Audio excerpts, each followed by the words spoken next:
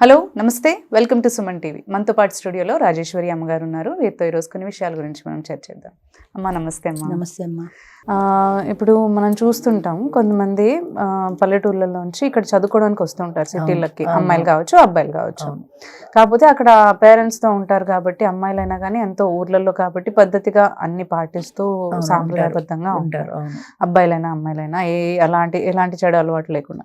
అట్లాంటిది సిటీకి ఎప్పుడైతే వస్తారో అంటే చదువుకోవడానికి కానీ లేదంటే జాబ్స్కి కానీ ఇప్పుడు చాలా మంది వస్తూ ఉన్నారు కాబట్టి అవకాశాల కోసం ఇక్కడికి వచ్చినాక ఇక్కడ కల్చర్కి ఇన్ఫ్లుయెన్స్ అయ్యి అంటే హాస్టల్స్లో ఉండడం వల్ల రకరకాల ఫ్రెండ్స్తో మీట్ అయ్యి వాళ్ళతో ఇన్ఫ్లుయెన్స్ అయ్యి చెడు అలవాట్లకి ఎక్కువగా వాళ్ళు అట్రాక్ట్ అయిపోతున్నారు, బరి తెగిచ్చేస్తున్నారని అనొచ్చు చాలా విషయాలలో. ఎందుకంటే ఒక్కొక్క అమ్మాయిని చూసినట్లయితే అక్కడ ఎంతో పద్ధతిగా ఉంటుంది, ఇక్కడికి వచ్చినాక ఒక 5-6 బాయ్ ఫ్రెండ్స్ని మెయింటైన్ చేయడం, పబ్స్కి వెళ్ళడం, లేదంటే స్మోకింగ్, డ్రగ్స్ ఇలాంటివి అలవాటు పడడం ఇలాంటివి జరుగుతున్నాయి.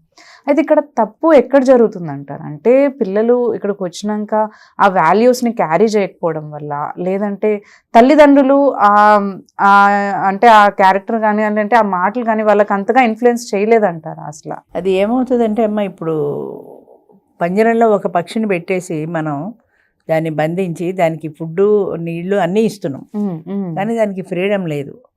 ఒకసారి రెక్కలు వచ్చేది బయటకు వెళ్ళిన తర్వాత ఎగిరిపోతుంది, ఎగిరిపోయిన తర్వాత దాని ఫ్రీడమ్ దానికి ఉంటుంది.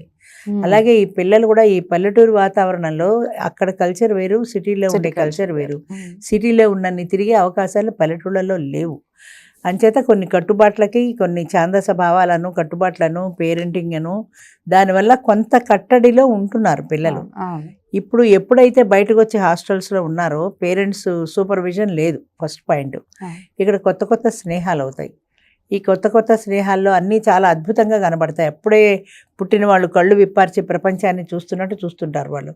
ఇక్కడ జరిగేవన్నీ చాలా వింతగా ఉంటాయి. తన రూమ్మేట్ ఎవరో బాయ్ ఫ్రెండ్తో తిరుగుతుంటే నేను కూడా అలా తిరిగితే బాగుండనే చిన్న టెంప్టేషన్ ఈ అమ్మాయికి వస్తుంది. ఆ అమ్మాయి ఫ్రెండ్ ఎవరో ఉంటే పరిచయం చేసింది అనుకో, ఈ అమ్మాయి కూడా ఆటోమేటిక్గా అదే లైన్లో వెళ్ళిపోతుంది. అంటే అక్కడ మంచి చెడ్డ అనే విచక్షణ నశిస్తుంది. ఆ వయసు అట్రాక్షన్ అలాంటిది.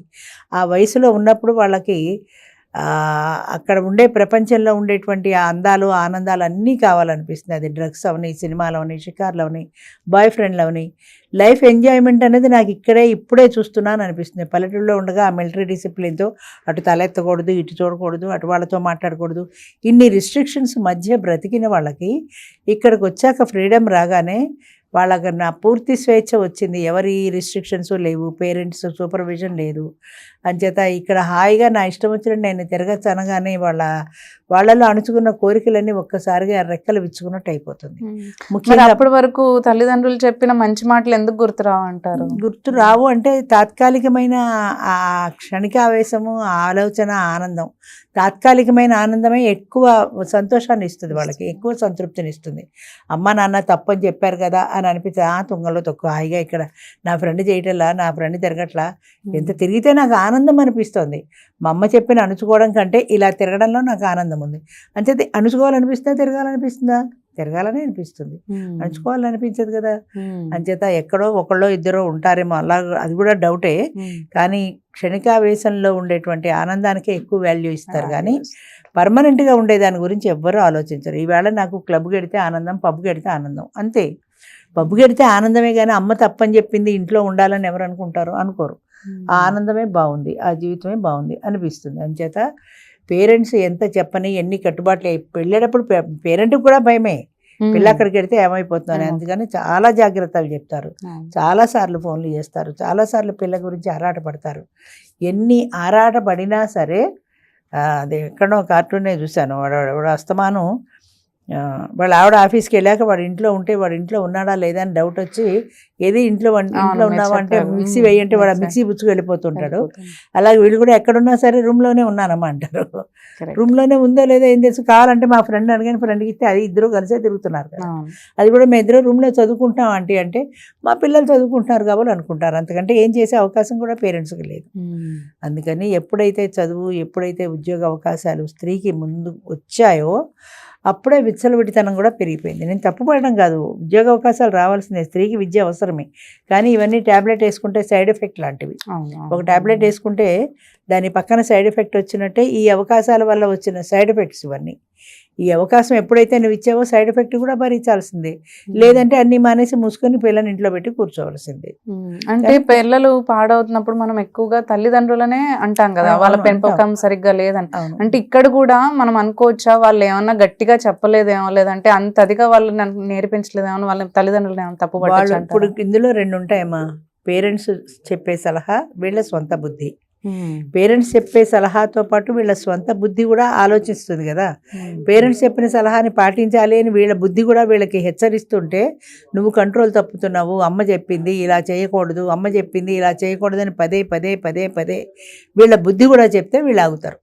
వీళ్ళ బుద్ధి అలా చెప్పట్లా, అమ్మ చెప్పింది నిజమే కానీ బయట ఆనందం దొరుకుతుంది, నేను ఎందుకు మానుకోవాలి, నేను ఎందుకు పోగొట్టుకోవాలి, నా రూమ్మేట్ హాయిగా ఎంజాయ్ చేస్తుంటే నేను ఎందుకు ఇలా మడిగట్టు కూర్చోవాలి అని అనిపిస్తుంది వీళ్ళకి. ఎప్పుడైతే ఒక బలహీనమైన క్షణంలో వాడు వర్షం కురిసిన రాత్రి అన్నట్టుగా ఆ బలహీన క్షణంలో వీళ్ళు కూడా పడిపోతారు. అది చాలా కష్టం అమ్మా. అంటే వాళ్ళ మనసుని, అందుకే ఫస్ట్ నుంచి నేను చెప్తున్నాను, ఆత్మ నిగ్రహం అన్నది ఉండాలి. మన మనసుని మనం నిగ్రహించుకోగలగాలి, మన మనసుని మనం కమాండ్ చేయగలగాలి. నువ్వు కూర్చో అంటే కూర్చోవాలి, అది అంతేగాని నువ్వు తిరుగు అంటే నువ్వు తిరిగేసావంటే దానివల్ల నువ్వు పడిపోయినట్టే. అందుకని నీకు నిగ్రహం అన్నది ఉండాలి. ఇది చేయకూడదు, తప్పు అంటే తప్పు, అంతే. అది పల్లెటూరులో చెప్పని, బస్తీల్లో చెప్పని, తప్పు తప్పే. అయితే ఇక్కడ తప్పు చేయడానికి అవకాశాలు ఎక్కువ ఉన్నాయి కాబట్టి తప్పులు చేస్తున్నారు. నేను చెయ్యను అని అనుకుంటే ఉండాలి, కానీ అలా అనుకోలేరు.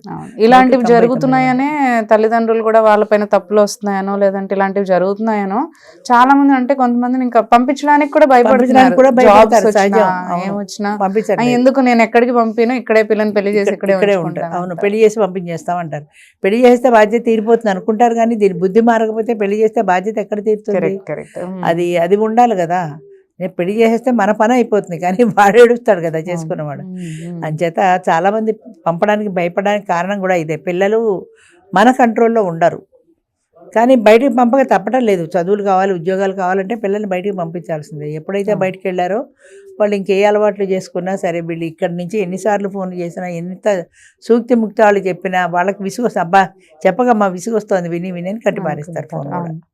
అంచేత అమ్మ ఇది చాలా, అంటే క్రూషియల్ పీరియడ్, చాలా కష్టతరమైనటువంటి విషయం. ఇది జాగ్రత్త పడాల్సిందే. పిల్లలు తెలుసుకోవాలి ముఖ్యంగా, వాళ్ళకి వాళ్ళు ఇది మంచి ఇది చెడ్డ అనే విచక్షణ వాళ్ళకి తెలియాలి. వాళ్ళు కంట్రోల్ చేసుకోగలగాలి. ఈ తప్పు నేను చేయకూడదు, ఇది తప్పు, ఇది ఈ పని నేను చేయకూడదన్న కంట్రోల్ వాళ్ళకు ఉంటే సమస్య లేదు, కానీ ఆ కంట్రోల్ ఉండదు, పక్క వాళ్ళు ఉండనివ్వరు కూడా. కానీ ఇక్కడ తల్లిదండ్రులు అయితే తప్పు పట్టడానికి లేదంటారు.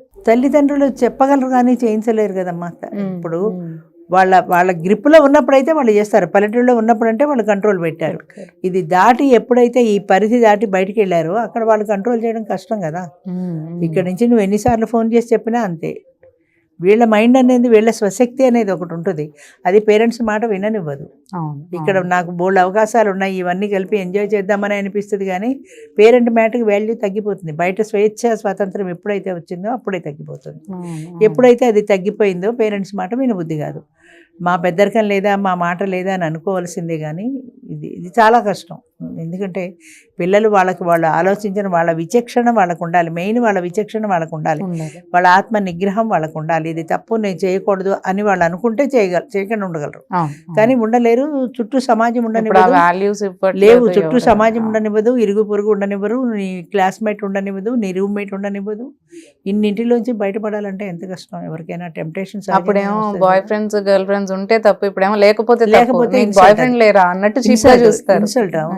ఇద్దరు ముగ్గురు బాయ్ ఫ్రెండ్స్ ఉండాలి కూడా కాదు, ఇద్దరు ముగ్గురు ఉండాలి అంటే నీకు వాల్యూ లేదన్నట్టే అన్నట్టు. అంతే. సరే అమ్మా, ఓకే అమ్మా, థ్యాంక్ యూ అమ్మా.